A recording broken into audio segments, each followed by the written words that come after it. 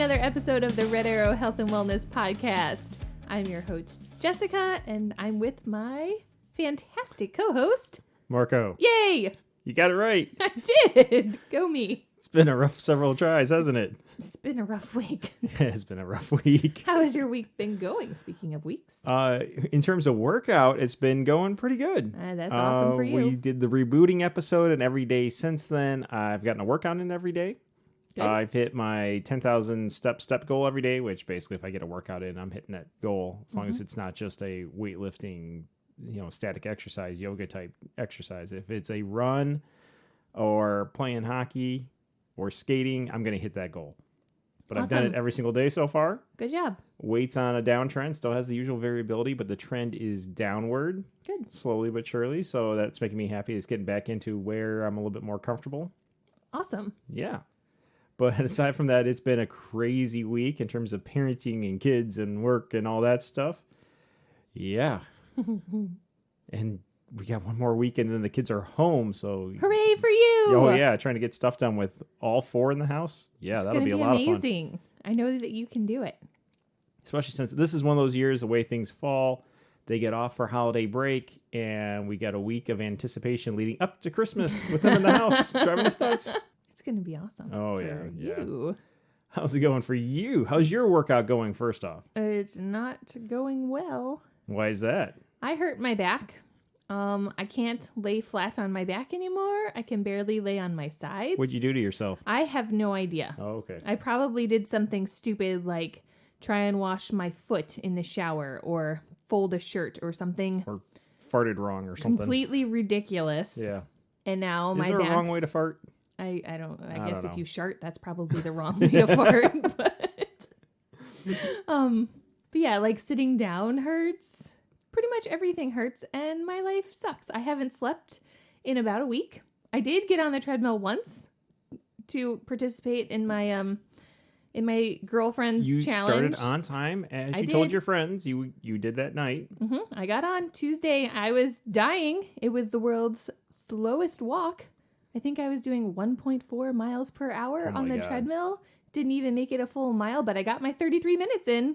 So yay me. But I haven't been back on since then because I honestly, I'm in too much pain and it just, no.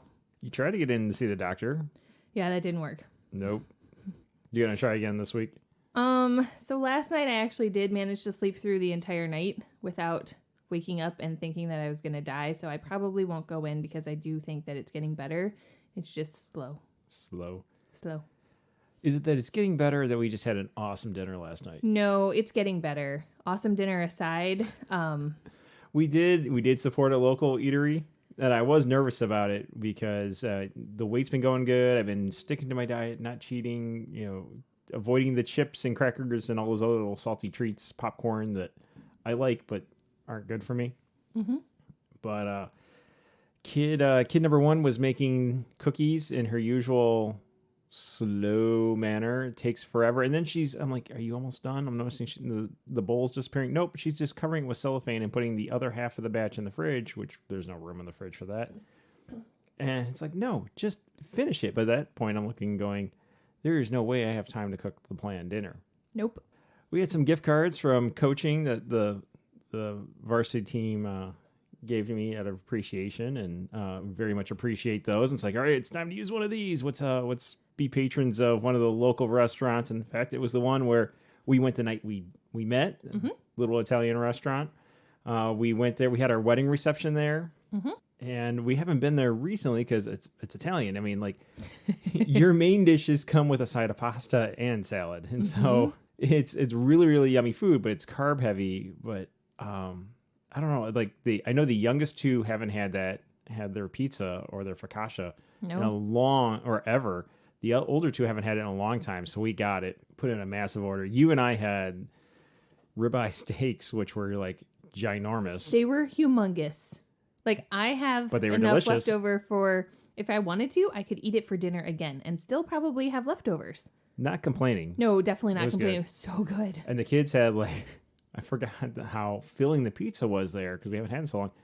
Each kid had like one slice of pizza, one slice of focaccia. They had our side pastas that came with our entrees. Yep. And they were full. Yep. And we were like, don't you want another piece of pizza? And they're like, no, we're going to We ordered explode. 2 larges plus a full order of focaccia. And so like, they're like, yeah, we're full. So I'm like, well, okay. I don't know. I mean, I'm supposed to make chili today.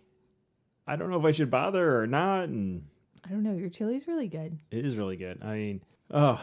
Well, here, look, I have enough for leftovers for dinner for me if I don't eat lunch today. And the kids have more than enough for lunch and dinner again today, but you don't have anything for dinner. I can always whip something up. I like to Well, cook. it's up to you. We'll let you decide I don't since know. you're the We'll one that does figure most that of the cooking in this Yeah. family. Oh, and I know what the kids are having in their lunches tomorrow. They're having pizza like all week long in their Yeah. lunches. We have so much pizza. It's good pizza. So good. And I was pleasantly surprised to like, I came in a tick heavier. Mm-hmm.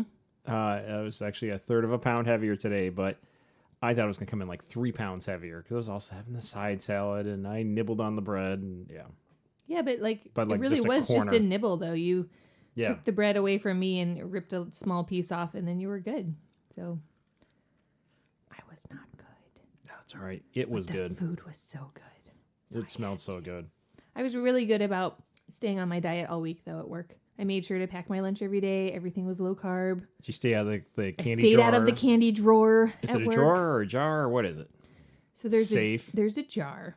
Venus flytrap. And one of the therapists is in charge of making sure the jar is full. But one day the jar was out and I was like, oh man, I really wanted a Reese's. And she goes, yeah, so the drawer is just down here under my desk and you're a PM, so you can just go ahead and get in there if you want to. And I was like, oh, you should not have told me that. What you need is like a candy jar that looks like the pipes with the plants that come out from Super Mario Brothers. So then when you put your hand in, it just goes, "Rah." So make sure you really want it. And put like sharp teeth on it too. Because if you're going to get it, you They ought to should earn make it. that. That'd be funny. That would be funny. The boys would have it. We have it. Just That's true. be awesome. Mm-hmm. Boy, what a week. That calls for something to drink. What are you drinking tonight? I am drinking a glass of the Peach Traminette Fizz. It's a wine from, well, because I mean, like it could be anything, but it's a wine and it's from Red Top Winery and it's in Southwest Michigan and it's really yummy. Is it the Ambrota or Buchanan? They're right where like they kind of intersect. Ps. I'm not real clear on where exactly Where they're their at. edges- I It's mean- not too far away from our house, though. I know that. where they're at. Like I ride my bike past it, but in terms of where the postal codes, the imaginary lines are drawn, Last year, our Girl Scout troop did a wine and cookie pairing there. They and are apparently fun. it was a really big hit. We didn't get to go because I think I was sick or I something, like. but And yeah, by the it way, was they're, fun. they're not a sponsor No. of our podcast, but I do like that when you go and you do a tasting flight and you have to make your picks, they literally give you guitar picks Yeah. to put next to it on the menu. It's a really fun winery. It's really big and open in there, and And not just because of COVID, because they're guys- supposed to. they have a blue wine. And it is so good. It does look like But antifreeze. It's blue. Yeah, I really like Red Top. It doesn't taste like antifreeze. It does not. It's delicious. I mean, if you like sweet wine, if you are more of a dry person, this is probably not the winery for you. But this one They is. have some fun with it, and they even have a nice Chardonnay that is aged in oak barrels that previously aged rum. So it's rum barrel Chardonnay. That's true. That is good too. And they've got some other ones, and they've got ciders. They got some ciders that they've infused with jalapeno, so you get some sweet and spicy. They just really have fun. They have wines that taste like pina colada. Yep, they do. A lot of tropical ones. So if you're going there and you want very traditional wines, that's not the place for you. No. But if you want to have something fun and fruity, Different. hang out on the patio. Their patio listen. is gorgeous, and they have a big open field, so They you have a can bring lot your of kids, live music, and they including can run around, and it's great. reggae at a winery. Yep, it really is awesome there. Which reminds me of like we went to that wine bar in Virginia, in Ballston, the Ballston neighborhood in Arlington, and we went, and it was a wine store / wine bar, and we're sitting there, we're watching the Olympics, and they're playing Bob Marley, and we're like, this has got our kind of vibe. Was this before we had a kid? This was before we had kids. Wow. Yeah, Okay, I think I know. I think I remember it. yeah, That was forever ago. it was forever ago. Hmm. It was fun. What are you drinking over there? So pretty. I am having a holiday mule. Yum. And we went through the recipe on this on our Giving Thanks recipe. This is the one where it's kind of a traditional Moscow mule, but then it has cranberries in it. And actually, I was out of rosemary. I was going to go use some rosemary. Mm-hmm. And I didn't want to use what little we have left that's growing because the frost is coming in and killing all of our herbs. And we don't have that much inside. But I did have some in the fridge and opened it up and like, oh, it's fuzzy. Ew. So it's really just a cranberry mule. Yay! Yay. It's pretty, though. You got the little copper cup, and then the red berries are in there shining in And the there's a lights. lime floating in there, too. Awesome. Yeah. Well, cheers, sweetie. Cheers. And as we have our festive drinks, well, mine's festive. Yours is just fruity. It's pretty. Starts It's got with an F. bubbles. Nice sweater, by the way. Thank you. Nice sweatshirt. Thank you. Mm-hmm. Loving the hat. Very festive. Yep. Tis the season. Why are we so festive tonight? Well, because we're doing our holiday episode. Hooray! Holidays. We're doing an episode on holiday traditions. What do we do? How do we come to those? Because, and we'll get into why that's a big deal. Everything. This is a great one. Why it's important to have traditions. Mm-hmm. So even if, even if you're not you don't celebrate Christmas, fine. Even if you're just looking to start traditions in general, this is a good episode to listen to. Even if you're a coach of a team and you want to build that culture, or you're running a business and you want to build culture and you want to have traditions, things that you can latch on to. And that's something that we do every year and everyone rallies behind and celebrates and looks forward to. So it doesn't necessarily have to be Christmas time, or if you celebrate Hanukkah, or if you celebrate Kwanzaa, or if you celebrate any other holidays that are going on around the holiday season. It can be anything.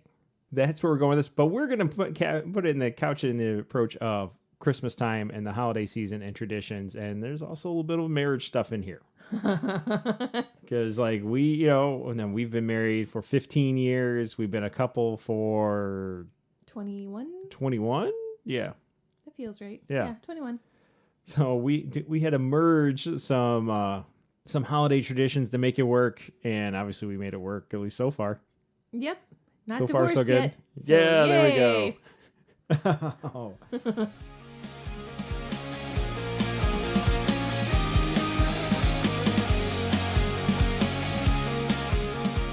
Let's dive right into it then. And why don't we start out with let's run through this in the order that you do the holidays, just to keep ourselves organized. So we'll start with decorating. Okay. Because decorating usually starts after Thanksgiving for us. Yes, our kids are really... This year we started a little early because it's COVID and it's weird and it's 2020. Our kids are super, we have a Thanksgiving. It's really exciting. It's very much focused on Thanksgiving and all that comes with that. But a lot of browns and oranges and yellows. Almost like a 70s kitchen decor. Yeah. All we're missing is the avocado green. Mm-hmm. Yep. But the day after Thanksgiving, the kids are like, Thanksgiving is over. It's Christmas season. It's time to decorate. And also our elf comes back the day after Thanksgiving. Oh, yeah. The elf on the shelf. But we don't use the traditional elf on the shelf with the fabric body that you see everywhere. No, because that thing is terrifying. He is a little creepy. And also, he has shenanigans that you're supposed to do, and... No, thank you. I don't have time for that. So how did the elf tradition in our house start up? I will tell you, because you did not have an elf when you were little, We did not. You? Okay. So when I was 12, my mom... What a time to kick in the tradition. I know, right? My mom had a friend, and she found out that this friend had the world's tiniest little itty-bitty metal elf. And she found it one day while she was at this friend's house, and she said... What is this thing? And her friend said, that is our elf, and his name is Twinkie. And every day, Twinkie moves to a new place, and the girls go wild over having to find Twinkie every single day. And a few days later, an elf appeared at our house, and I came home from school, and there on the little shelf by the front door was the world's tiniest little itty-bitty elf. And I said, what is that? Because I love Christmas, and I was very much aware of every single ornament and every single decoration that we have ever had at Christmas time, and I'd never seen this thing before. And my mom said, oh, we got a Twinkie elf. He just showed up while you were at school. And I was like, well, that's awesome. And then I went about my day. And then the next day, I was putting on my coat, getting ready to walk down to the bus stop, and I looked over at the shelf, and Twinkie was gone. And I was like, where did the elf go? The thing was cute. Where it's supposed to be on this shelf. Where did it go? And my mom came out and she was like, oh, he must have moved. He does that. He moves to a new place every single night. And I was like, why? And she said, because he's watching you and he wants to be able to see because you. Because that's not creepy at all. I know. When you think about that, he likes to watch. He wants to be able to see you from all parts of the house so that he can be very sure that you are having good behavior. And I was like, okay, but where did he move to? And she goes, you have to find him. And so my coat was abandoned and I went dashing through the house trying to find this thing. I'm not kidding when I say that he was the world's tiniest elf. So it was an extremely... 3/4 of an inch? Probably less than half an inch. And I believe that Twinkie still goes to my mom's house every year at Christmas, and they're moving here, and I bet he comes with her, and I'm so excited because it's like a really hard game in my parents' house. But so not too easy in our house, it is but I am getting easy, ahead of the story. But, so I absolutely loved this tradition, and when we found out that we were going to have our first child, you made sure that Twinkie would be making an arrival at our house. Right. Our Twinkie is a little bit different than the Twinkie at my mom's house, which makes sense because all elves are different. Our Twinkie is about... He's like a snowflake. Yeah, exactly. All different and wonderful in their own unique ways. Ours is about 2 inches tall? 2.5? Maybe three. With somewhere hat. Between 2.5 and 3 inches tall. And he's green and he is adorable. Chunky little guy. And Twinkie shows up in our house the day after Thanksgiving, like clockwork. He's usually on the mantle above the fireplace, which makes sense because I'm fairly certain that's how he gets into our house. And then every day after that, Twinkie is in a brand new location every single morning. And on our whiteboard, near where we put what are we eating every day that week, and who's doing what and who needs to go where, which is less crowded these days with the second round of Michigan lockdowns and everything. We also write down every single day between the day after Thanksgiving to Christmas, which that serves as our countdown. And then we write down where was he and who found him first. Right. And it becomes a major competition. Yeah, it's major, basically... and it's getting more competitive as the years have gone on. It's basically a gigantic game of hide and go seek. And that is all that our elf does. He doesn't bring presents. He doesn't bring he doesn't do shenanigans and make a gigantic mess in our house. He doesn't do any of that. He's literally just playing hide and go seek. Yeah, and not he's the elaborate wonderful. Schemes and everything. He's not no ziplining through the kitchen and the living room. No kidnapping Barbie. No pooping Hershey Kisses. No racing the Barbie Corvette and getting into a car crash. None of it. Just hide and seek. And it's wonderful. Because the kids wake up and they're like, where's Twinkie? And it's like the race is on to see who can be the first one to find him. And sometimes Twinkie is really, really easy to find. And other times Twinkie is hard to find. Like we found him one morning where he was face down inside of a light, like looking down from the ceiling on everybody. That was hard because you have to look up and nobody ever looks up. They just look around. No, there is a psychology for that too. When you hide things, hide them up high. Because everyone looks down. Yep. So yeah. It is fun. I mean, the naughty. Sometimes Twinkie is in the bathroom. Yes, on the vanity, and he's hard to see because who wants to stare right at those big globe balls that are on the vanity? Or the mirror. Well, there's the mirror, and then there's the vanity, or the lights are above the mirror, and then he hides above those. And he's peering at you while you poop. Yeah, the 3-year-old had got a kick out of that this year. Twinkie watched me while I peed. Right. So that is our elf. It's our elf, but it also helps. It's a countdown. It's a scavenger hunt. It gets the kids looking and gets them tuned into all the decorations around the house. It's something special. Also, Twinkie is not allowed to be touched. If he is touched, he loses a little bit of magic. And if he loses too much magic, he won't be able to get back to the North Pole.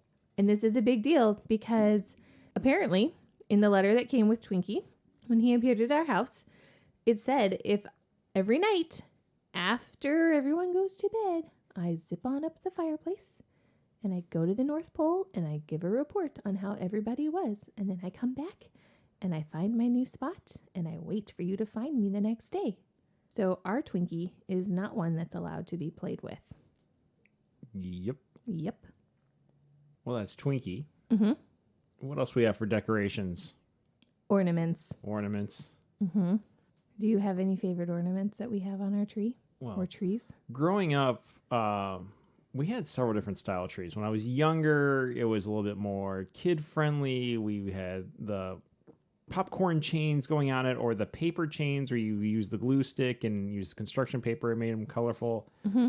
Then when I got a little bit older, towards middle school and everything, my sister's sense of style and everything went in. The tree went from being colorful and more youthful to something out of a magazine with white and the right color beads and the perfect little bows, and didn't want some of the ornaments from when we were growing up. Aww. And then it eventually merged into something kind of a combination between the two. We did get, every year we used to get an ornament, and usually Hallmark ornaments. Mm-hmm. Everybody got one. But then as my sisters graduated from college and went off and were starting their own trees and families and everything, their ornaments got shipped off. And then same thing with my brother and I when we grew up. The ornaments came with us. So my parents' tree is not as exciting as it used to be. Yeah. It's very nice. But it's beautiful. Yeah. But when I was first off at college, my parents gave me one that actually my great grandmother had in her retirement home. And it was like, the tree is like 2 feet tall. Where is that thing? We had to give it back to my mom because she wanted it. Okay. Because it had really tiny ornaments on it. It was really cute. It was really cute. It was sentimental. After that one, I was actually, when I was in college, one of our friends talked to me and her boyfriend also, who's now her husband. Like, you guys, you need some extra money. She was working at Bath and Body Works. And she's like, why don't you guys come in? You can do stock. The shipments come in from UPS. You open the boxes. You restock the shelves. And we're like, do we have to wear aprons? No. The mall's closed. It's fine. Yeah, she forgot about extended hours during the holiday season. So we had to wear stupid aprons. So for the first hour we're there, we're asking questions. And like, my favorite is we're restocking the shelves. We're not sales staff. And some woman goes, what would you recommend for my 13-year-old son? He's like, none of this crap. But while we were there, they were getting rid of decorations. The new decorations had come in from corporate, and they were getting rid of old ones. So I got a white tree that I had for about 3 years in the end of undergrad and the beginning of grad school, and used to throw like colored lights and lays on it. And that thing was just hideous. It was so bad. But after that, eventually got a real tree. And as a couple, I mean, something with your family is a lot of those clay ornaments, especially, and then that have been glazed, and they take the Sharpie and they write the names on it. Mm-hmm. And that's something that we've really bought into every year, is we get the family ornament for the year. Yep. I mean, a lot of years our kids get a ornament for that year, but not every year. Mm-hmm. The year they all four went as Star Wars characters, they got an ornament that matched the character they went to. Anyway, so kid 4 was R2-D2. So she got a little R2-D2. And kid number 1 was Rey, but she got Princess Leia. Yeah. And it's like a big sized one. Looks like a Lego figure with a light in it. And we had a Darth Vader that year and a Captain Phasma, and yeah. But every year we get the family ornament with like all the little heads or all the little penguins or whatever they are for the year. This year, I love this year's. It's great. It says 2020, and it's got hand sanitizer and toilet paper, and all the little faces are wearing masks, and they have Santa hats on. And yeah, that's a tradition we've always got into, and the kids get excited for. And some years we don't always go with the little clay ones anymore, because when you get 6 little heads on there, it gets big and bulky, and it's heavy on the tree. So we've also done ones that have been on metal or whatnot, that they, I don't know, somehow apply the design on there. But they've been cute too, and it's Photoshop. Whatever. It works.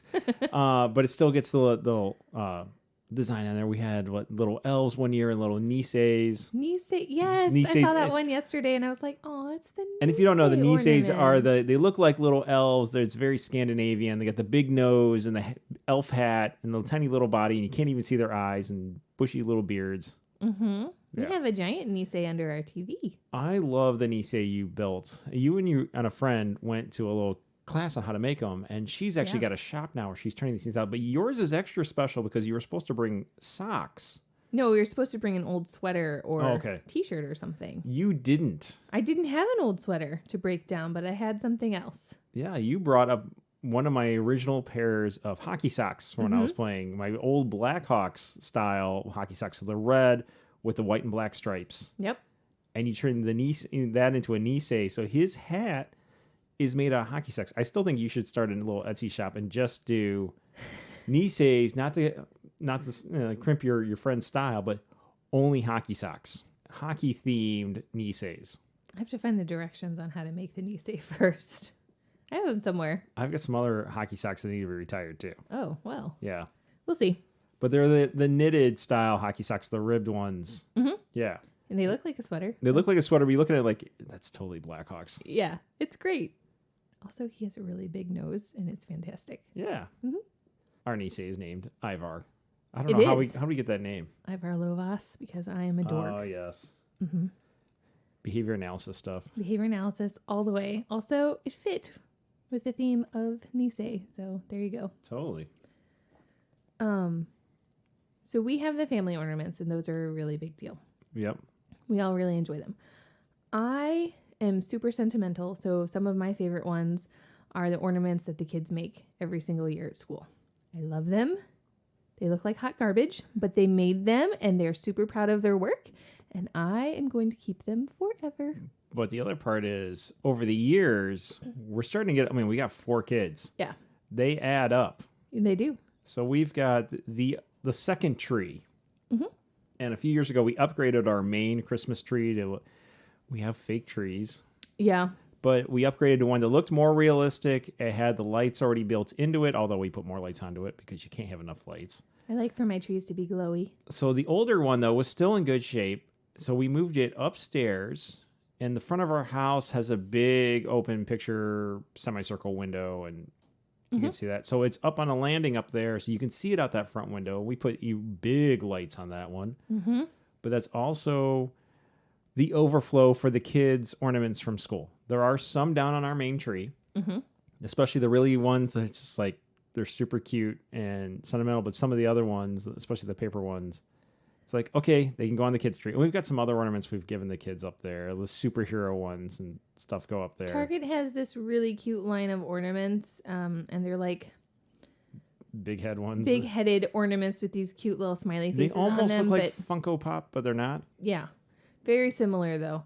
And so they've got ones up there. They've got like a Spider-Man, and there's a Batman. I have a Rainbow Bright doll one up there. We got Buddy the Elf. Yes, we have a Buddy the Elf. He's so cute. Just all kinds of fun things. The kids get a really big kick out of them. And there's not really room. Princesses on there too. Mm-hmm. There's just not a lot of room on our big Christmas tree downstairs for all of these cute little ones that the kids love. So they go upstairs too, and the kids get a really big kick because that is their tree. They are in charge of putting it together. They're in charge of putting the lights on it. They're in charge of decorating it. We don't really do a whole lot other than move it closer to the balcony after it's been put together. They have some generic Christmas balls they put on it that are shatterproof. Yes, most of the ornaments are shatterproof. The tree topper is kind of a country style-esque metal. It looks like it has a patina on it, star. Can't break it. I've tried. Yeah, with punches in it. So nothing on that tree is fragile. That thing could fall from the landing upstairs all the way down to the main floor, and I think everything would be intact. I think the branches would probably pop off of the posts, but other than that, but they pop back in. Mm-hmm. The floor would incur more damage than the tree would. For sure. So those are... And it's a great way, that way we're not, no one's upset that we're not displaying their ornament, but it might get booted up to the other tree, the second tree, but then it's not like it's hidden in the house. It's not like it's down in the basement. It is actually more visible to the entire neighborhood than our main tree. Yeah, it is. Also, this is the tree the kids see right when they pop out every single morning from their rooms. And it's like all of their ornaments staring them right in the face, and they all go, "Oh, there's my little picture person today." So it's sweet. Yeah. And when we do our nice family photos and stuff, it's not covered with giant ornaments, which is basically just something, artwork the kid did that the teacher laminated and put a pipe cleaner over that's about 3 feet wide. And we get these parents, You know we do. You don't want to throw them out, but it's like, that's a lot of real estate on the Christmas tree. And then in the Christmas photos, the official photos you do in front of your tree. And it's like, yeah, we'll put that on the other tree upstairs. Yeah. But we do have some choice handmade ornaments that are on our main Christmas tree. If you look closely, you see them. They kind of just blend in because they're of normal ornament size. But yes, there are some going, what? Right. So I have an ugly mouse ornament, and I made it when I was in like second, maybe first grade probably, and I was in Girl Scouts, and the Girl Scout activity for that day was paint this ornament, and then you can take it home and you can put it on your Christmas tree. And I was like, yeah, this is awesome. But also, I am not good at art. And apparently my painting skills as a first grader left a lot to be desired. So there were 3 choices of ornaments. I don't remember what the other 2 were, but I picked a mouse with a heart in the background holding a screw. Apparently this was the best one to have. Yeah. So I painted the heck out of this little mouse. He's gray and he has pink ears and he has black eyes. And the screw is black eyes. Bow eyes. Mm-hmm. And the screw is gold, and then the heart is just multicolors, and it's gorgeous. Why did the base mouse have a screw in the first place? I don't know. Maybe you can figure that out in this picture. Can you tell? Maybe he's putting the heart together. I honest to God have no idea. Oh my God, it really is a screw. I'm like, maybe it's a mushroom. Nope, no, it's threaded. I don't know what's going on there. We'll put this up. It'll be great. Everybody will love it. Anyway, so I'm super proud of this thing, and I brought it home. I'll put it up on Friday because on Fridays I've been posting Christmas ornaments. Oh, awesome. I brought it home, and I was like, Mom, I made you an ornament. And she was like, oh, great. And I gave it to her, and she was like, oh, it's a mouse. My mom hates mice. She hates them. I didn't know that, though. And so I was like, we're gonna put it on the Christmas tree. And she was like, oh, that's great. And then I said, and we're gonna keep it forever. And it'll go right in the front of the Christmas tree. And apparently my mother did not love this plan, but she played along for many, many years. And then one year in middle school, we were decorating the tree. We started affectionately calling it the ugly mouse ornament because it is hideous, and that's fine. I own it. But it's mine, so I love it. Also, I signed my name to the back of it, and that's a really big deal. Why is that? Because it was like first grade, and first graders have terrible handwriting, but it's a snapshot of where I was at as a kid. So it's important. So anyways, I unpacked my ugly mouse, and I was like, yes, my ugly mouse. I'm going to stick it right here, right in the middle of the front of the Christmas tree, so everybody can see it right when they walk into this room. The next morning, I get up. Go to look at the Christmas tree because I love Christmas trees. I love the lights. I love to see the ornaments. I go over there and I looked and I was like, where is my mouse? Where's my ugly mouse? Mom, where's my ugly mouse ornament? And she said, I don't know. It's somewhere on the tree. I probably just moved it. I was like, okay. And I proceeded. Did she move it to the back? No. I proceeded to look all over the tree for the ugly mouse and it was nowhere to be seen.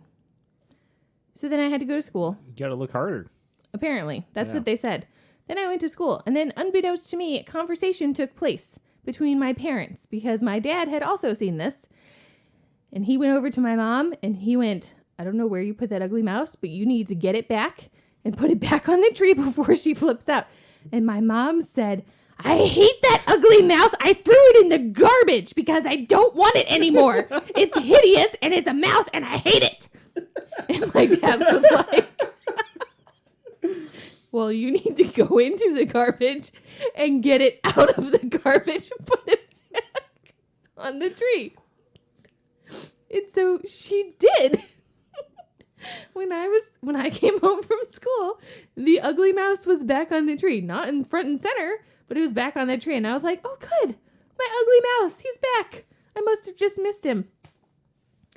And so every year after that, I made sure to be the one to package up my ugly mouse in the tissue paper because I didn't know what exactly had happened. I just knew something weird had happened with my mouse And it was very special to me.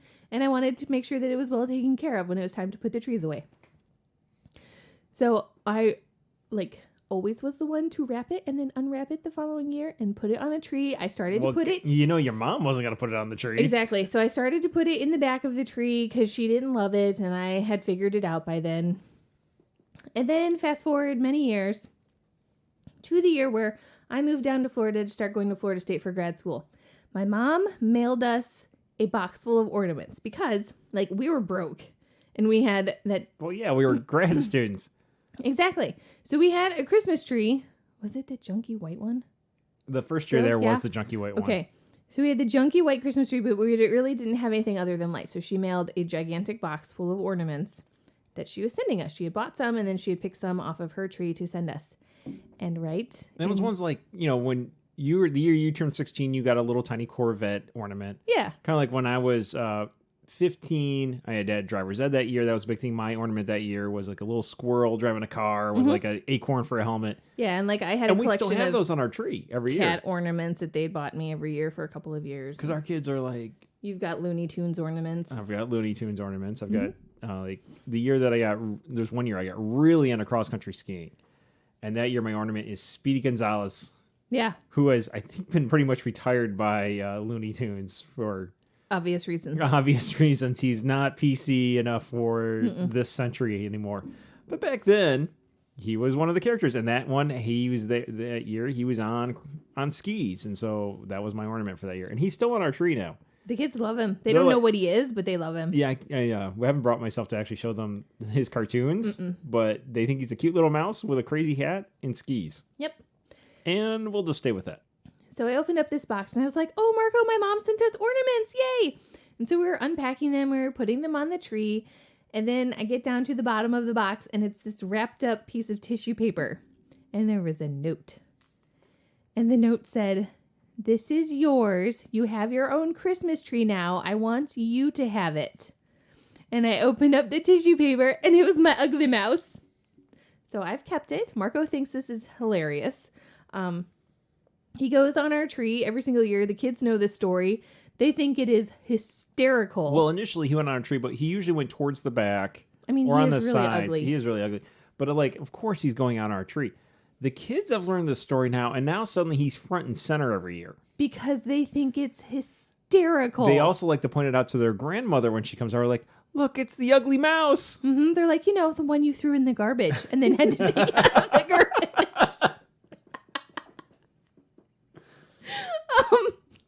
So yeah, he's on our tree. It's one of those really fun Christmas stories. It's fabulous. And then, what was it, last year or the year before? I think 2 years ago.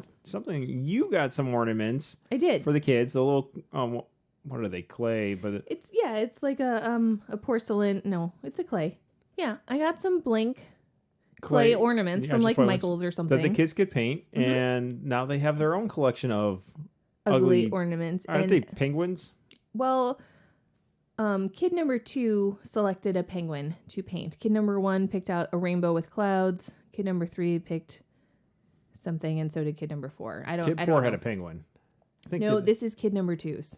Okay, kid 2 had a penguin. I don't know what... There's more than one penguin on the tree. Is there? Yeah. Okay, well, this is the one that I've selected to talk about because it closely approximates my ugly mouse. Very much, because it's got the black eyes. Well, he has blue eyes. Oh, sorry. But they are in the same vein. Yes, they're about the same size. On my ugly mouse, right? Because it's not just the painting is not just the eyes; it's like a significant part of the face. Yep. So I had bought the paint, and bought the paintbrushes and the ornaments, and I bought glitter so they could sprinkle the glitter on while the paint was still wet, and then they would be like super sparkly in the tree lights. So it was Christmas vacation. I was like, hey, let's make ornaments, put all the stuff on the table. And I was like, go nuts. Show me what you can make. And they were like, yes, we're going to do this. It's going to be gorgeous. Kid number 2, honestly, I'm surprised that he painted the whole thing as well as he did. At this time, he was still in his drawing, when he had to do coloring at school. They're like, color this picture. And he's like, one stripe of blue crayon. Phoom, I'm done. Yes. It's colored. So it was shocking to me that he painted the entire thing. And he put glitter on it, and I was so happy, and it's beautiful. And he signed his name to the back. It's got the year on it, and it is just so special to me. But it looks exactly like my ugly mouse, and I think it's great. So this also goes on that tree, and he is the one that hung up the ugly mouse this year and the ugly penguin, and they are right next to each other, front and center on the tree. And if I ever find blank mice at a craft store that are ornaments, I'm going to make all 4 of our children paint them, and we're going to send them to my mother. The grandchildren will have made them, and she can't get rid of those. Oh, they're moving to town. We'll just send the grandchildren over to hang them on her tree. And then they'll be over to check to make sure they're still there. Yes. Multiple times. It'll be great. Look, this is 2020. We're heading into 2021 and beyond. We'll just set up a webcam. Technology. Broadcasting live to the... We'll lock it down. We'll put some security passwords on it so the kids can get on their mobile devices and check out, did their grandmother move the ornaments? Mm-hmm. So do you have any sentimental ornaments on the tree? Oh, of course I've got sentimental ornaments on the tree. I've got, especially some of my favorites are the hockey ones that my brother and I had when I was a kid. It's a 2-piece ornament set with little penguins playing hockey. And growing up, we actually had 2 of these sets. So it wasn't like he had the goalie and I had the shooter. And they hang on different branches, but you have to hang them up in relation to each other. Mm-hmm. He had a pair, I had a pair, and so my sisters used to whine about it when I was growing up. Because it's like, there's so much like penguin and hockey. It's redundant. And it's like, no, but now... He's got his off at his house. I've got mine at my house. I love that. I've got some little clay ones of a little scuba diver and a little little scuba diver, a little hockey bear. My aunt made me the hockey bear one. My sister made me the scuba diver. Just ones like that I had growing up. And then even looking through them, I've got a little bunny rabbit running with a Walkman. Yeah, he's pretty cute. With a cassette player. That's when I was running cross country in high school. And I just look at these, and then the memories come back with them of why they were significant. And then we've got the ones like there's the mommy snowman and the daddy snowman with the little baby snowman. That's when we had kid 1. That was our first Christmas with her. Is like my very favorite ornament to put on the tree. Very favorite. It's adorable. They've never made another, like, it was only released for 1 year. It's super cute. There were a whole bunch of friends that were also pregnant at the same time, and I bought this ornament for them so that they could also have it. But then they took it out of rotation, and like you can't find it anymore. And nothing they've ever made has been as cute as this little snowman family. Yeah. But it is just so precious to me.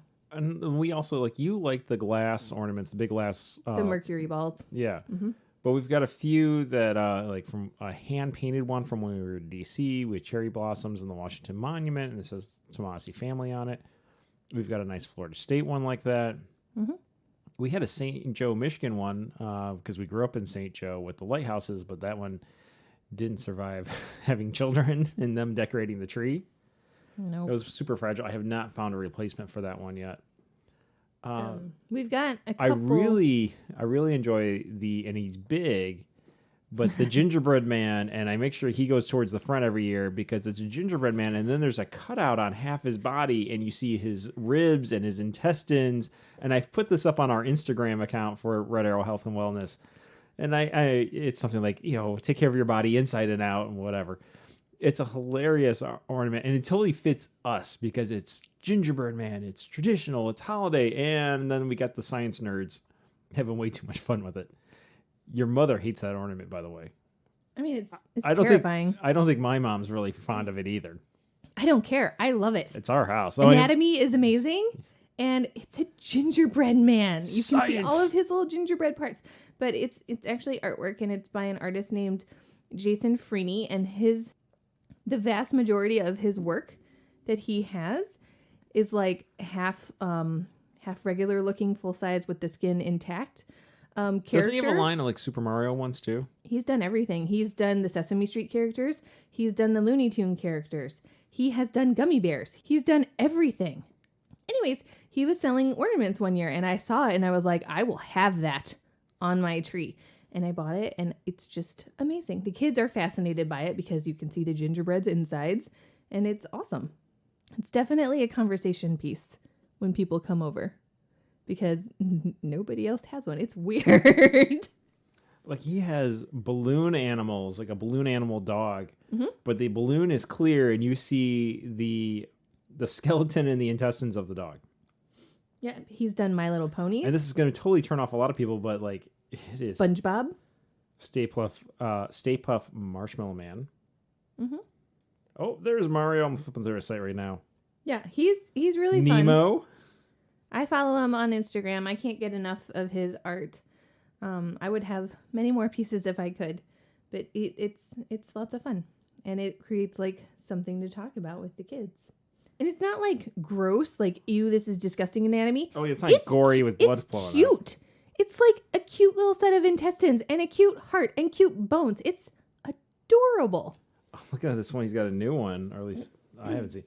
It's little toasted marshmallow guys, and they have like little bubbles on it, arms and legs, and they're holding like a pitchfork with a hot dog on it. Mm-hmm. And I find it funny and cute. Yeah. Another thing that I really enjoy putting on the tree every year, I have a small collection of ornaments that my grandma had on her tree. And so they're glass and they're from like the 1950s or the 1960s. And some of the parts of like the glitter or the detail paint on them are starting to rub off, and they look old. And I think that they're fabulous. And I like to point out when we pull them out of the box every year, I like to point out, oh, this was my grandma's and it's super special to me. We need to give it a really nice spot at the top of the tree. And it makes the kids happy. What other decorating traditions do we have? Will the kids you do really most like of the to work? put the beads on the tree.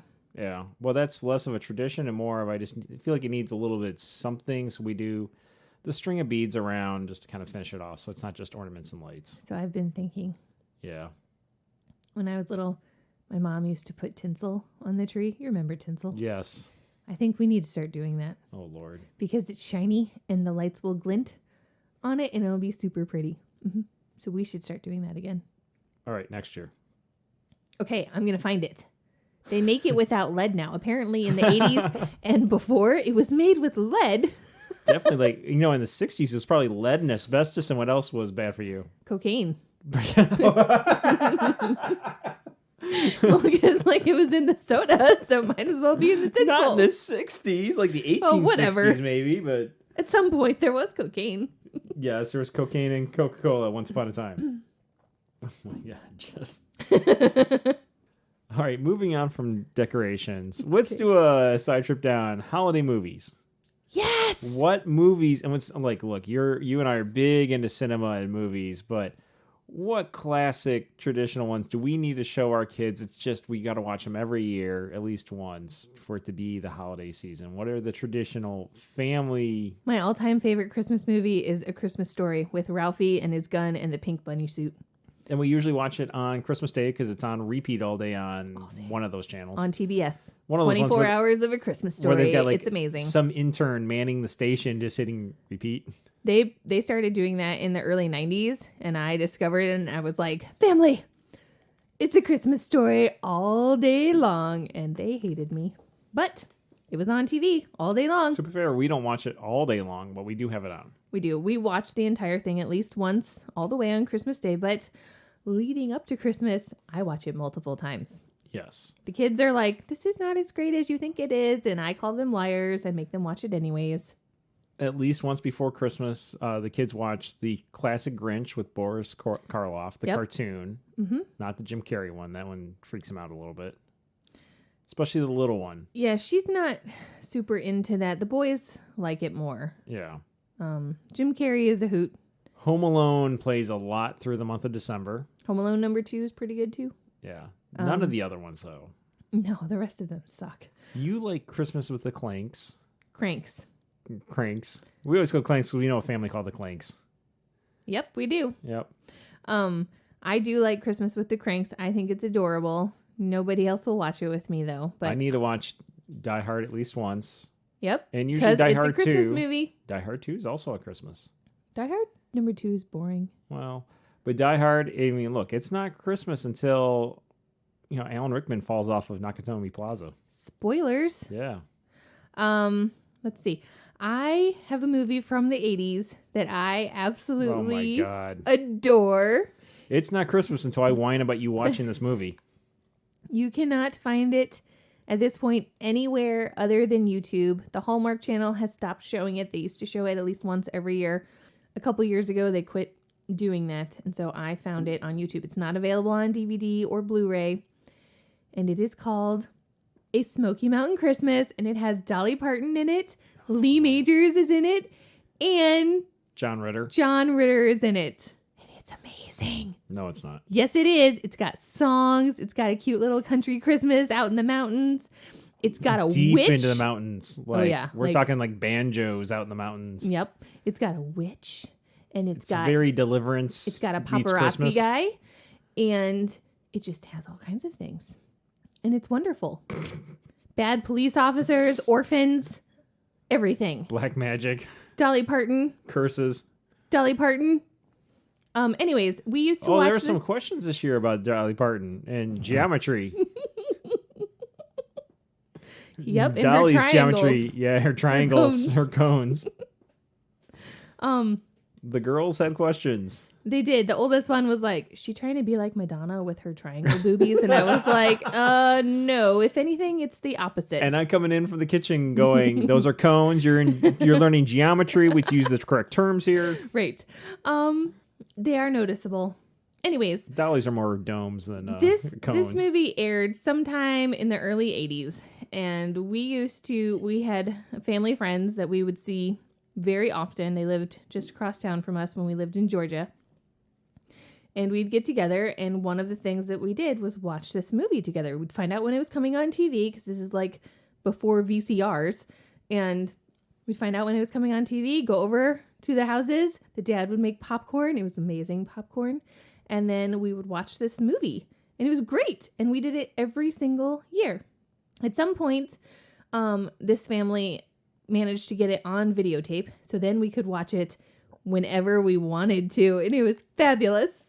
So yeah, it is one of my little Christmas traditions because I like the songs. I like the storyline. I think it's cute. It's like wholesome. So I make everybody watch it with me at least once. Last night I saw an interesting poll. What poll? Is Gremlins a Christmas movie? Oh, it is at Christmas time. We don't usually show it to the kids because there is a scene. There's a scene. There's a scene about a discussion about a Nope, chimney. that's all you need to say. Yeah. There's a discussion. And so we usually, if we do show it to them, we skip the part. They've seen Gremlins 2 a lot more than they've seen Gremlins 1. I think the Gremlins #1 is a Christmas movie. Gizmo is a gift. He is a Christmas gift.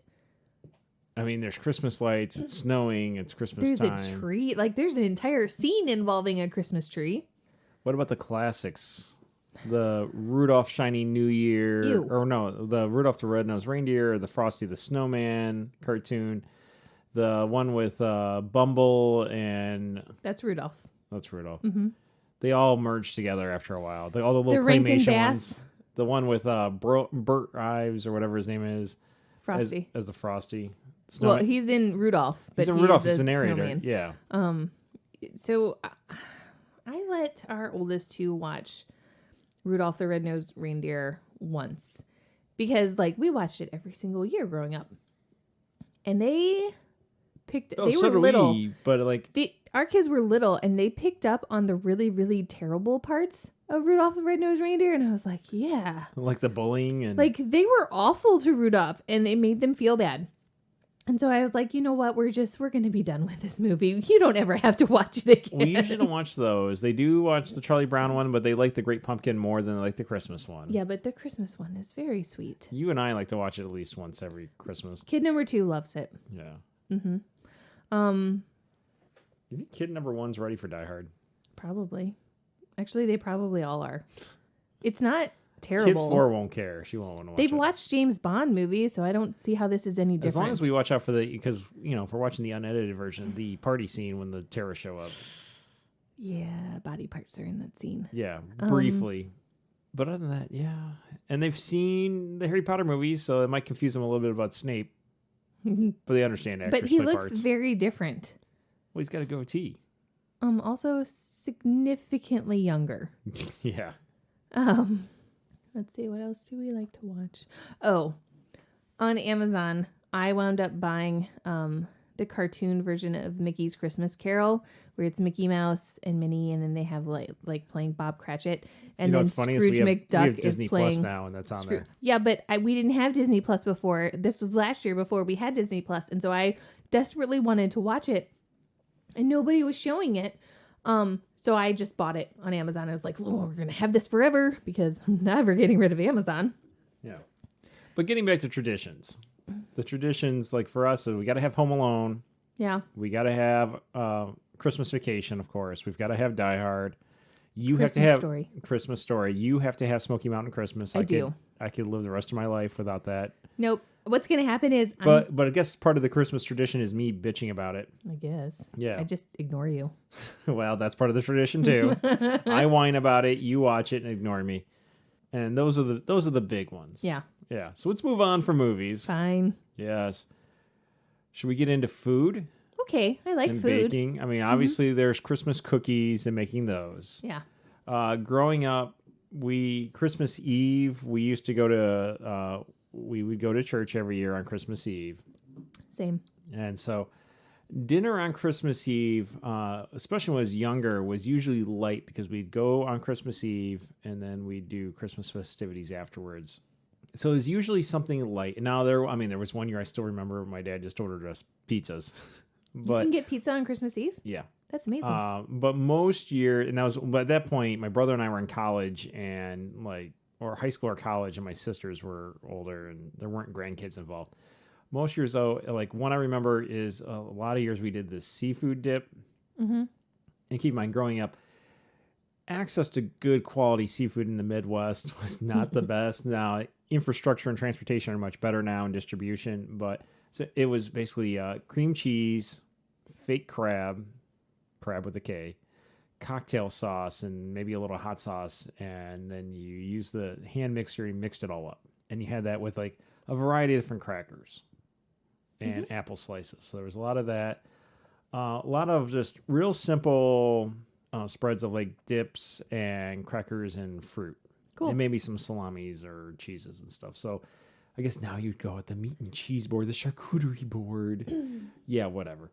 It's nice. Yeah, it was nice. So that was Christmas Eve. And then Christmas Day, Mom would make something for lunch or dinner that was nice, big meal, usually a turkey or something. Mm-hmm. A lot of years we had a spiral cut ham because through work, one of the sellers or distributors who would be sucking up to higher level management would give them all, all the various vendors would give people like my dad something. So we'd get a 25-pound spiral cut ham. Yeah. Honey glaze. And my dad would get a few other ones. So one would be for Christmas, but usually we'd have one that my brother and I would just we were having ham sandwiches all December and January. And we need a snack. Let's open up the foil and just grab some. Here's some more ham. Yeah. Week 3 ham. Yeah. Lots of ham. But morning was the Christmas and Easter the cinnamon rolls my mom would make, which I've always been trying to get you to do for us. And my mom has taught you how to do them.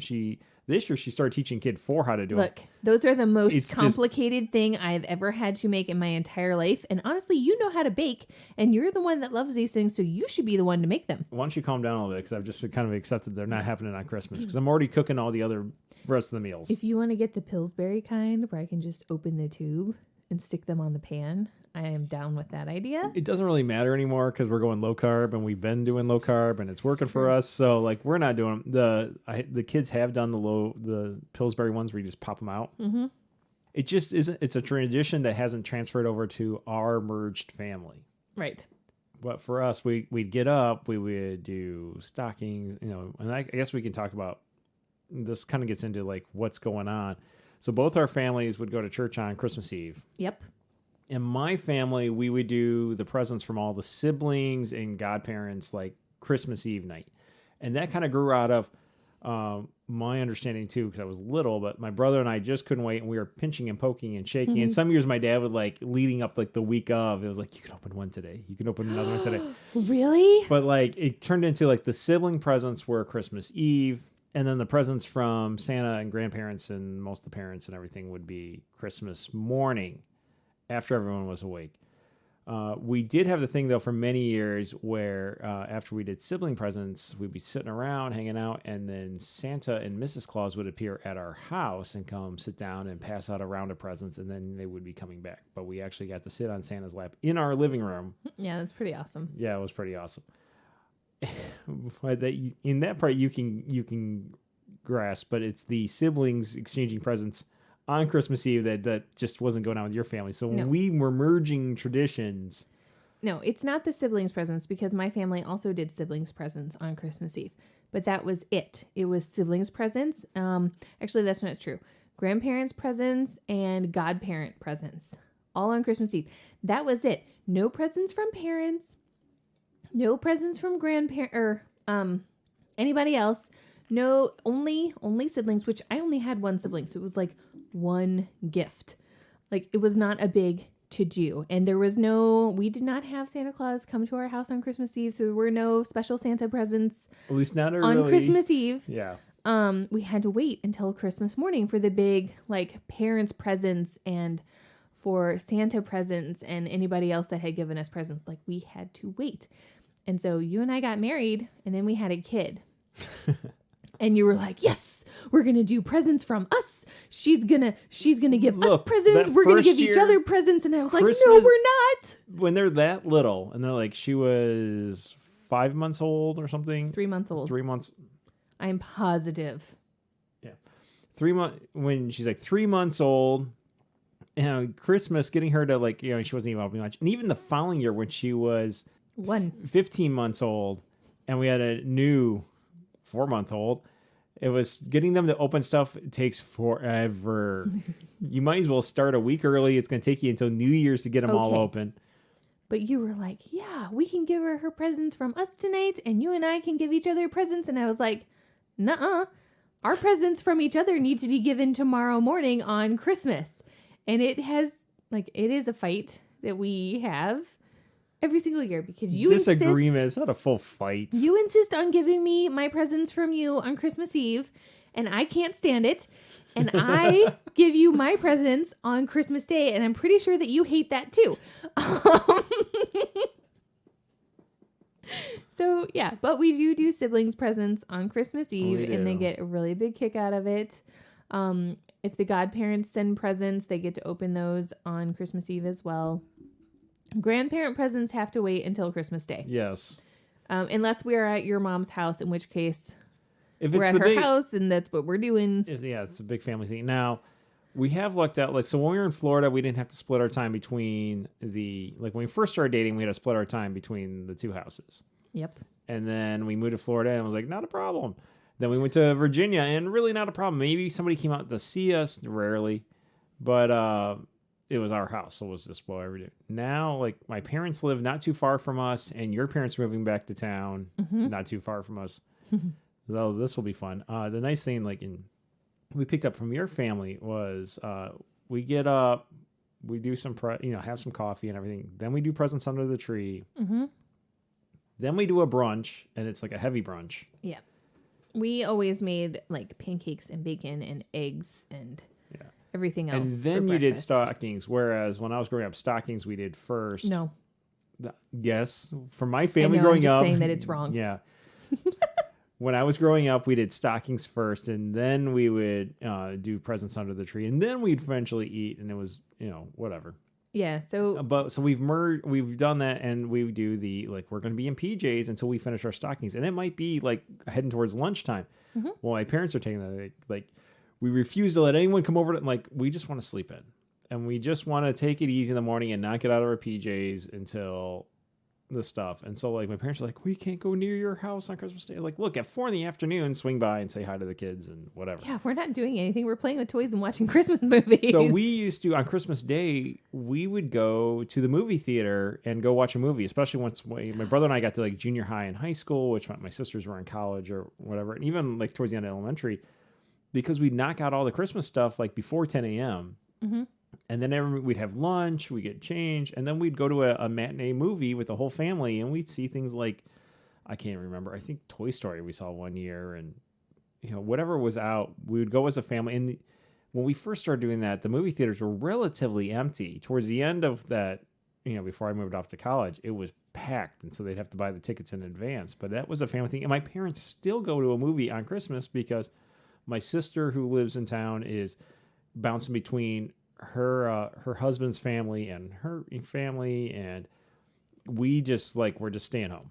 We don't want to go out. I will say that we'll be having some mimosas or Bloody Marys, and the movie theater tradition with your family is honestly one of my favorite things that you introduced into my life.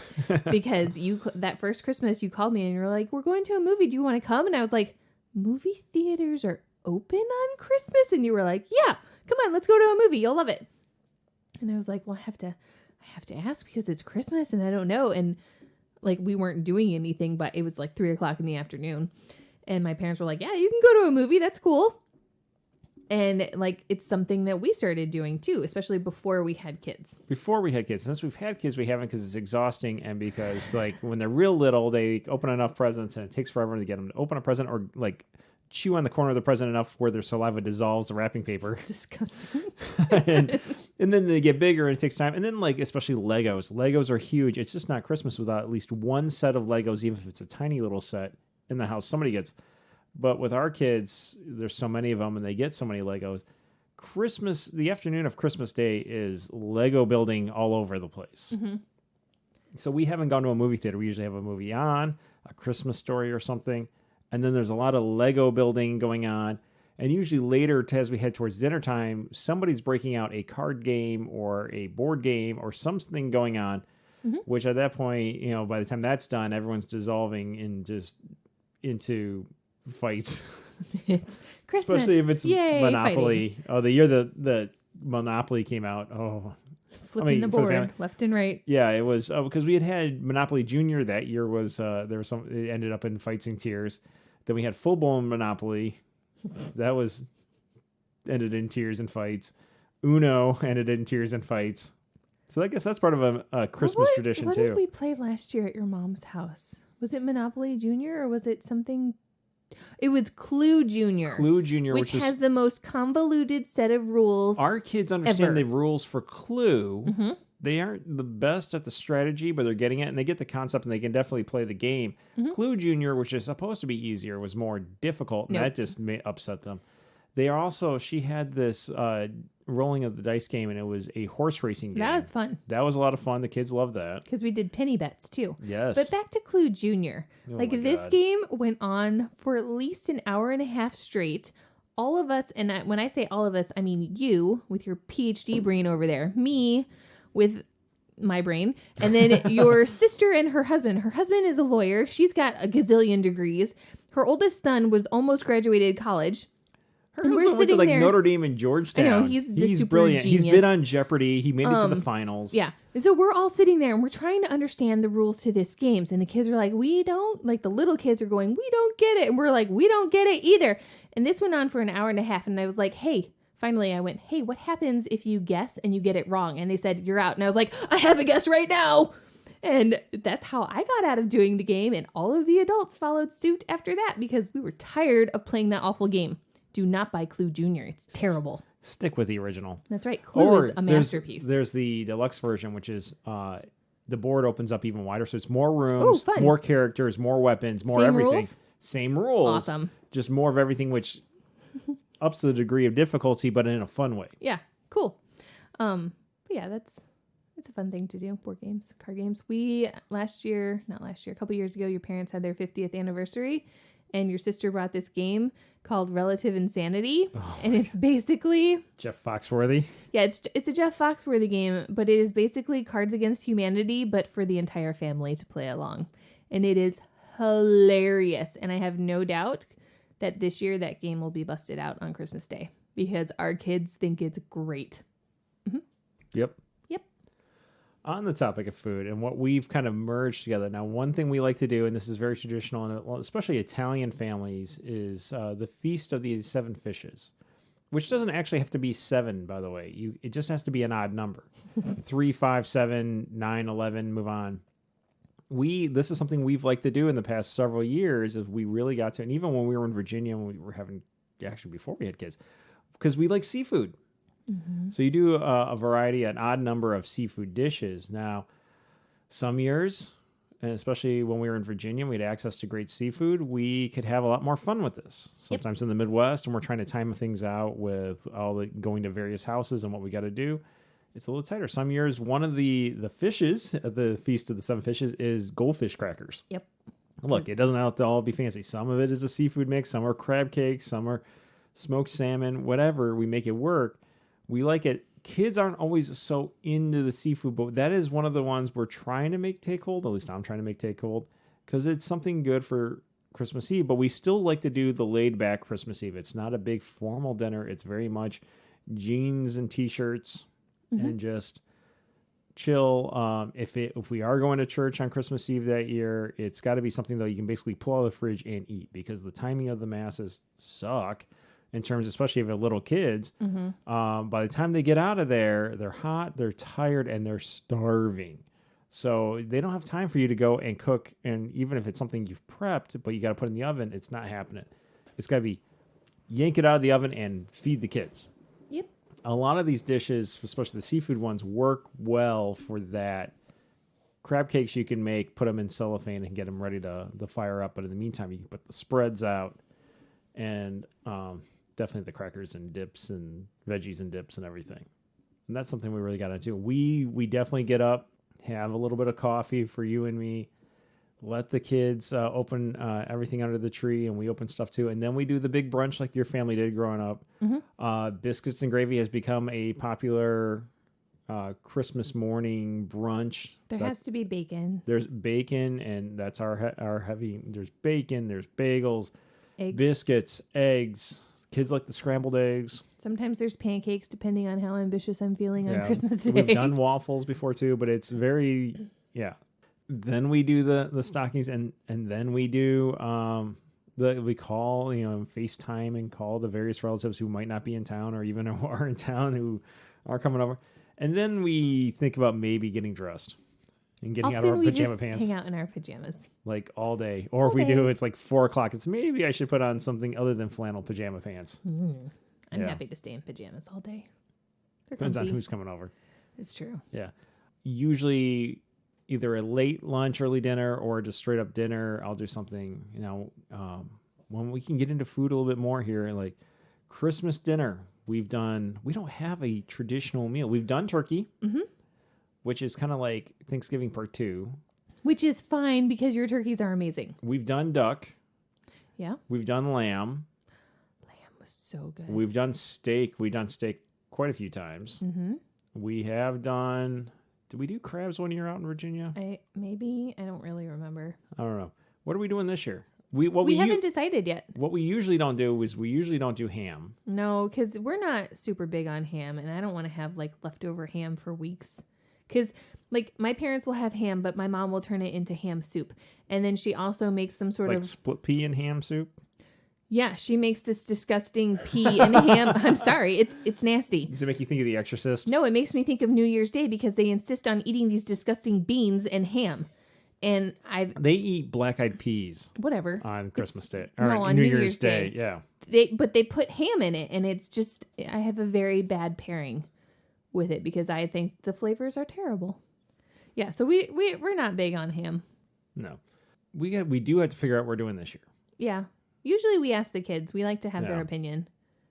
Even Christmas Eve, and I know like when I suggest Feast of the Seven Fishes or something, they're going to come up with something like shrimp po' boys. Hey. That's not too bad. That's actually a good idea. And if we get some oysters with it, there's 2. Goldfish crackers would be 3. We don't have to have 7. No, we don't have to do 7, especially 7 is a lot. 7's not too bad when you're entertaining and you've got a large crowd, but if it's just our family this year, like just our kids and us, 3's enough. Maybe 5, depending on how we do it. Especially if we throw in some mussels or clams and I do a steaming basket. Yeah. We could do something fun. So Christmas Eve, we'll do something seafood. And Christmas Day... I don't know. It depends on what the kids want and what we're in the mood for. And how much effort I want to, like, time I want to spend standing in the kitchen. Exactly. Yeah. I do prefer if there's mashed potatoes. I have like 2 days where I need to have mashed potatoes, and one of them is Thanksgiving and the other is kind of Christmas. I'm thinking redo of Thanksgiving though with the bacon cheddar cauliflower mash. That was good. That was good. Mm-hmm. Well, moving on from food, one of the traditions picked up from your family is your family would get in the car on Christmas Eve or one of the days near Christmas or before, even like the 23rd or 22nd, and they just go drive around town looking at all the lights. Mm-hmm. And we've started doing that. We did that even when we were just in grad school together. Yeah. We just go drive around together and look at all the displays and stuff. And we've continued that, except years when it's just completely craptastic out. Because let's not spend the holiday season stuck in a snowbank. Or dead. But for the most part, we will go out and take everybody out on a tour of what's going on, all the hard work that everyone's done. And that's something we've continued. There are some really elaborate decorations out. Now, there are places with whole drive-through displays they do in communities they do, and those are cool too. But just looking at people's houses, the ones who really go all out. Yeah. I can think of a couple specific neighborhoods in our town or the neighboring town that there must be some kind of contest or something because everybody goes all out with the inflatables and the things that move and like train sets, and it's really fun. But I like to make little cups with lids of hot chocolate for all of the kids to have in the car when we go and do this because it makes them feel warm and cozy, and then they're looking at Christmas lights and we're listening to Christmas music on the radio. Now for the little ones, it's in a sippy cup with a lid. Like I said, with a lid. Everybody has a lid in the car because I'm not dealing with that. So one of the best moves I did with the current van we have is when we bought it, I paid for the Scotch Guard treatment for all the upholstery inside the car. Yep, that was smart. So yeah, that's something that your family had always done that ours didn't really do, but I like mine didn't do growing up, but I like that ours does now. Yeah, is the tour. What else do we have for traditions? Christmas cookies for Santa. Oh yeah, who doesn't leave cookies and Santa, and then like a carrot or something for Rudolph? Mm-hmm. We don't usually leave milk and cookies for Santa, though. We do not. We have a special tray. You've got a Santa-shaped tray where the treats for Santa and the reindeer get left behind. Mm-hmm. But Santa doesn't usually get milk. He doesn't because I don't think he likes it. Well, he gets it at all the other houses. Exactly. We want to have our house be a little bit different. Santa and sometimes even Rudolph gets cocktails at our house. They do get cocktails. One year, because Santa got a cocktail, and what does a flying reindeer need? Alcohol. No. Well, yes. But a flying reindeer gets a flight. Yep, he did. He got a flight. Was that a flight of whiskeys that year? I think that it was. So he could share with his friends, too, if he wanted. Yes. But Santa gets a cocktail, and the kids are into it. And like the first year we did it, kid number one like scrunched up her forehead, and she looked over at the pile of Christmas books, and she was like, "I'm pretty sure Santa wants milk and cookies." And we were like, "No, because he gets them everywhere else. We want Santa to be nice and happy when he leaves our house, so we're gonna leave him a cocktail." And she was like, "What does it look like?" And we were like, "Oh, it's gonna look like this." And we made something very pretty.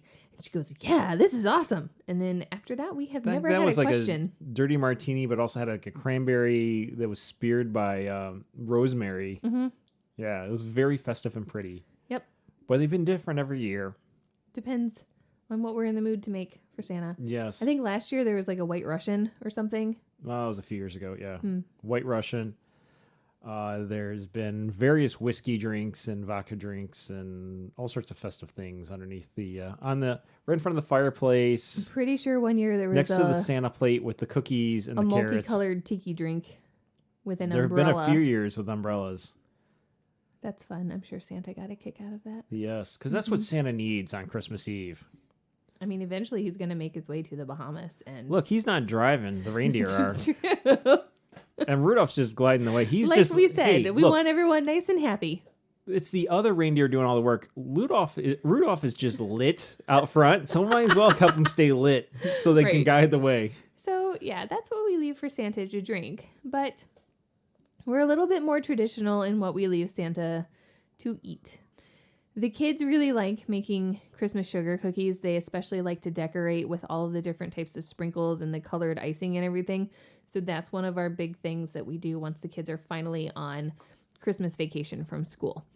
And generally we'll keep... This year it might be a little bit later, but given that Christmas vacation is the 18th Yeah. Yeah, so they got a full week at home. But at some point they'll make the sugar cookies and they'll decorate them, and we make sure that we keep a couple. They don't all get eaten all at once. We keep a couple of special ones that they want to give to Santa, and those get put out as well. Along with the carrots and celery. Mm-hmm. And then they always get a kick out of when they get up in the morning and there's like a half-eaten carrot there and some cookie crumbs and maybe some glitter behind. And what was it? Kid one year did a glitter trap. She did. She left him a letter. And she then filled it with glitter. She filled the envelope with glitter. And we woke up the next morning and there was like a glitter explosion on the fireplace. And I was like, what the heck is this? And she was so excited. She was like, it was my Santa trap and it totally worked. Look at all this glitter I made happen. We're like, why? Yes, glitter, the herpes of the craft world. Exactly. Once it's released, there's still glitter by the fireplace. Everywhere. It's been years since she did that. She hasn't forgotten. She hasn't. She talks about it all the time. Yep. Mm-hmm. Well, those are our big traditions we do, the merging of the two, while some, after 21 years of being a couple, we still don't agree on everything, but It's coming together. We got the gist down, and there's flexibility in there. I think the big thing here, though, is that we have traditions. We have things that it's just every year the kids look forward to. It's special. Expectations. And the same is true whether you are celebrating Christmas or another holiday, or you're just establishing that kind of culture in your team, your workplace, any time of the year. Having those traditions, having those things we do every year you look forward to that are fun, exciting, novel. Also, you're building memories. Like, I have very specific memories that I always think of around Christmas time because of things that my parents did every single year. Or because of really weird one-off things they did certain years. It made such a big impression. And like this big giant family mythology has been created around it. For example, one year while we were living in Georgia, so I was like very young. I think my brother was still a baby or something. My mom was sitting in a chair and she had, you know how like when you buy a turkey, sometimes there's that net bag thing around the turkey inside of the wrapping of it. There's a picture of her sitting in the chair and she's got this like turkey net thing on her head. And like the mesh netting just so you can pick it up and it doesn't tear open? On her head. And fast forward like, I don't know, 10 years or something, I was making her a scrapbook for Christmas one year and I found these pictures from that Christmas and I was like, what the hell is this? And I asked her and she goes, oh, your dad told me to do that because he said it would be really funny in years down the road. And I was like, well, Dad was right because this is hilarious. No, what was really funny was the story that keeps going on forever where they had some friends over, the cocktails were flowing and it was great. And she kept talking about to the dude in the corner. The dude in the corner was the Christmas tree. The Christmas tree. Yeah. That's right. There's those family stories that just go on forever. Right. Your poor mother. So I have those from when I was little. I'm sure you have them from when you were little. Oh, yeah. And our kids are definitely going to have them from when they were little. All good. All fun. Yeah. And here we go. We have another holiday season coming up. I'm sure we're going to have stories for future podcasts. But do you have any other traditions you want to get into? Or are we good? I think we're good. Cool. Mm-hmm. Well, we do have to get into the Red Arrow Challenge. Woohoo!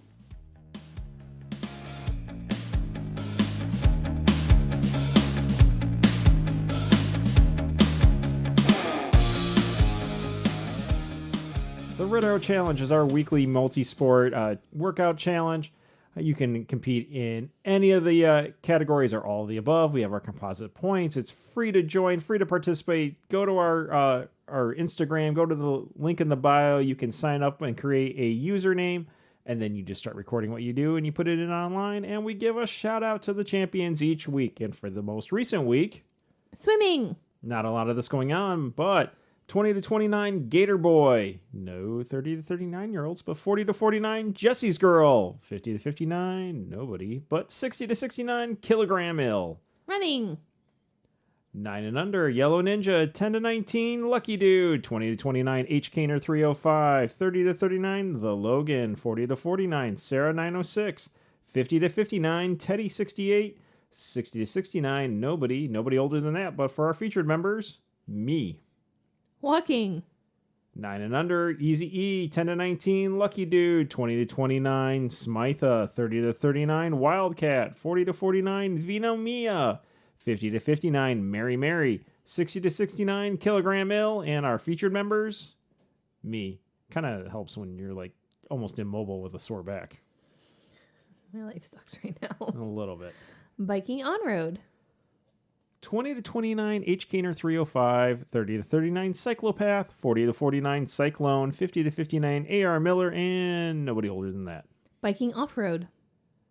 20 to 29, it was a tie yet again, Smitha and Super Mario, 30 to 39, Dirt Devil, 40 to 49, Cyclone, and nobody else.